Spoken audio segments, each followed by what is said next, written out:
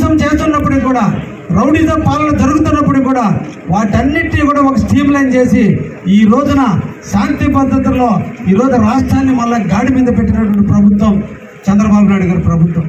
నిన్నటి రోజున మనం చూసాం, తిరుమల కొండ మీద దేవుడు ప్రసాదంలో కూడా కల్తీ ఉన్నటువంటి ఆయిల్ని వాడినటువంటి పరిస్థితిని కూడా మనం చూసాం. ఇటువంటి దుర్మార్గ పరిపాలన పారద్రోలి తెలుగుదేశానికి ఇచ్చినందుకు మరొక్కసారి మీరు అందరూ కూడా ధన్యవాదాలు చెప్పాలి. అందుకని మంచి ప్రభుత్వాన్ని ఎన్నుకున్నందుకు మీకు అందరికీ కృతజ్ఞతగా తెలియజేయాలన్న ఆలోచనతో ఈ రోజున ఈ రాష్ట్ర వ్యాప్తంగా ఈ కార్యక్రమాన్ని తీసుకున్నాం. ముఖ్యంగా కావలిలో ఈ రోజున ఒక మంచి కార్యక్రమానికి నాంది పలికిన తడుగానే దేవుడు ఆశీస్సులు కూడా మనకు ఉన్నాయన్నట్టుగా, ముఖ్యంగా 26 వార్డు. ఎందుకంటే 26 వార్డును ఎన్నుకోవడానికి ప్రధానమైనటువంటి కారణం, కావలిలో 99 వార్డులుంటే ఒక్క ఈ వార్డులో వైసీపీకి 78 ఓట్ల మెజారిటీ వచ్చింది. చప్పట్లు కొట్టకూడదు, ఏడవాలి మనం. ఎందుకంటే ఇక్కడ అందరూ కూడా నాయకులే.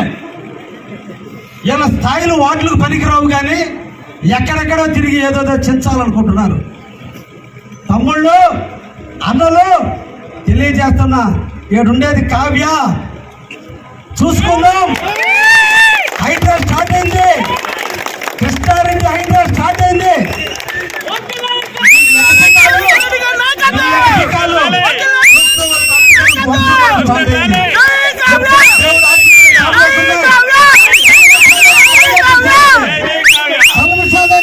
కృష్ణారెడ్డి ఎప్పుడు కూడా కష్టాన్ని నమ్ముకున్నాడు, కార్యకర్తలకు నిరంతరం అండగా ఉండేవాడు, నిరంతరం కార్యకర్తలకి సేవ చేసేటువంటి నాయకుడు కావ్య కృష్ణారెడ్డి ఉన్నాడు.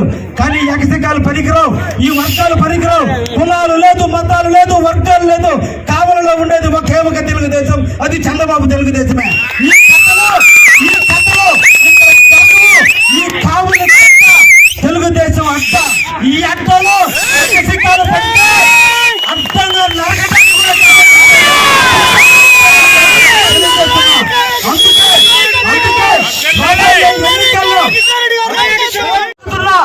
26 వార్డు నుంచి వద్దినేని వెంకటేశ్వరుని, గంగినేని వెంకటేశ్వరుని ఇన్ఛార్జిగా పెడుతున్నా.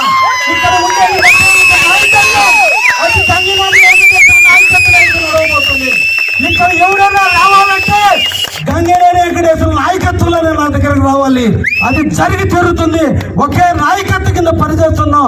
తెలుగుదేశం కార్యకర్తల అండదండలతో, బీజేపీ జనసేన కార్యకర్తలతో ఇక్కడ నడుస్తుంది తప్ప ఇంటింటికి నాయకత్వం వహిస్తే కుదిరే ప్రసక్తే లేదని కూడా పార్టీకి అండగా ఉండాల్సిందే, పార్టీకి లాయల్గా ఉండాల్సి. ఎన్ను పోటీదారులు తెలుగుదేశానికి ఎన్ను పోటీ దొంగలు ఈ రోజు తెలుగుదేశం అంటున్నారే, ఇది ఎంతవరకు సమంజసం అని అడుగుతున్నా. పదవులు పొందడానికి అమ్మ పుట్టితే నీటి నిజాయితీ ఉంటే ఈ వాటిని ఎందుకు ఓడిపోయారో ఒక్కసారి ఆత్మ పరిశీలన చేసుకోవాలి. ఈ నాయకుల్ని ఇప్పటిదాకా కేవకిస్తాడు ఒక యాంగిల్ చూశారు, రాబోయే యాంగిల్ ఇంకొక రకంగా చూస్తారని కూడా